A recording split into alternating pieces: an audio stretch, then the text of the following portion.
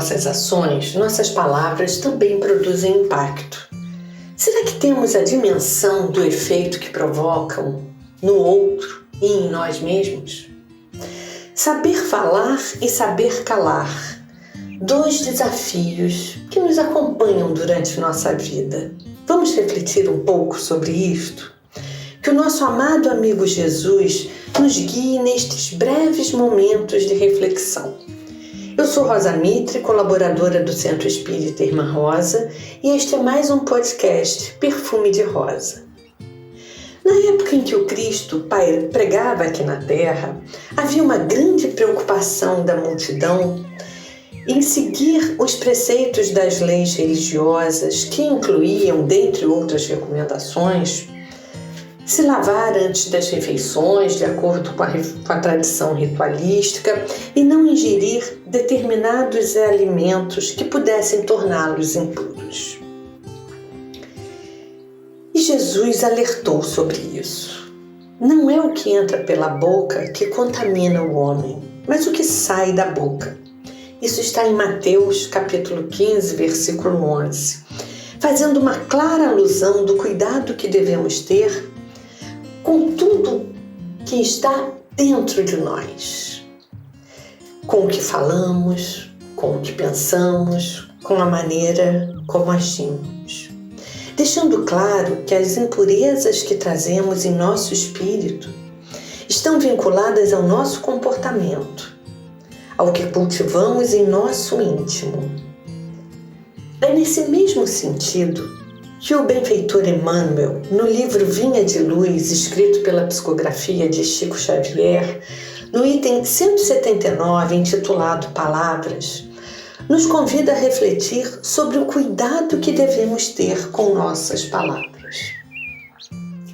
A partir da frase, da mesma boca procede bênção e maldição, que se encontra no Evangelho de Tiago, capítulo 3, versículo 10, o benfeitor discorre: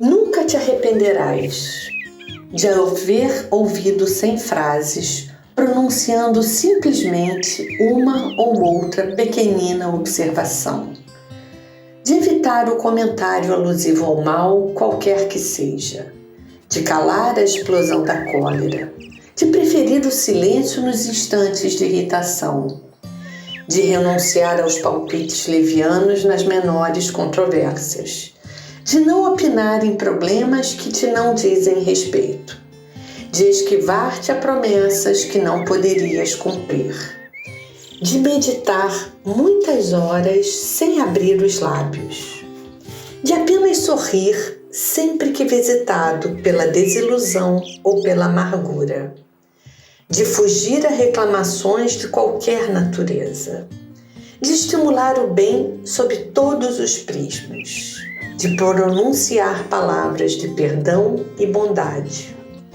de explanar sobre o otimismo, a fé e a esperança, de exaltar a confiança no céu, de ensinar o que seja útil, verdadeiro e santificante, de prestar informações que ajudem aos outros, de exprimir bons pensamentos, de formular apelos à fraternidade e à concórdia, de demonstrar benevolência e compreensão, de fortalecer o trabalho e a educação, a justiça e o dever, a paz e o bem, ainda mesmo com o sacrifício do próprio coração.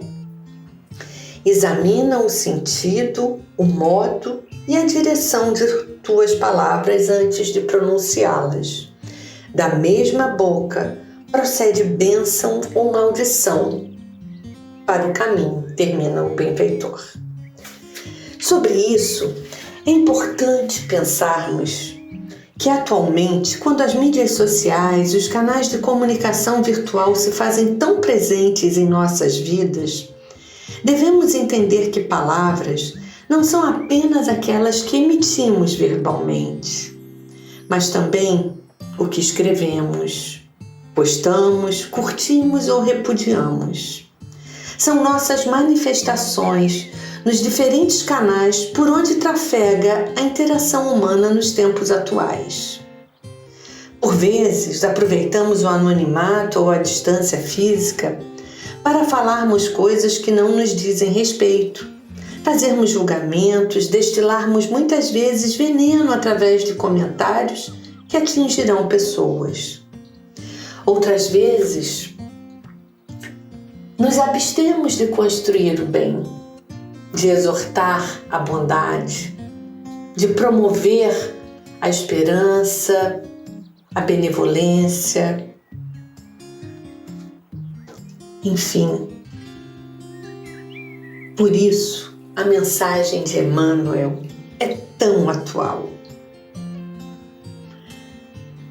É necessário que reflitamos o quanto emitimos de comunicação das nossas palavras, não é? Elas nos elevam ou nos rebaixam, porque elas demonstram o que somos, o que temos dentro de nós, o que realmente guardamos muitas vezes no fundo e que deixamos entrever quando aparecem. Lembremos principalmente das duas últimas frases da mensagem do benfeitor, onde ele diz: examine o sentido, o modo e a direção de suas palavras antes de pronunciá-las. Pensemos sempre antes de emitir um pensamento, um juízo, um comentário, uma frase. E ele termina: da mesma boca procede bênção ou maldição para o caminho. Entendendo, amigos, que o caminho ao qual o benfeitor se refere não é apenas o caminho do outro, mas o nosso próprio caminho, sobre o qual podemos derramar luzes ou sombras. Que Deus nos abençoe sempre e envolva estas palavras em sua luz amorosa, para que cada um de nós possa ter o coração envolvido pelo amor do Pai. Que assim seja.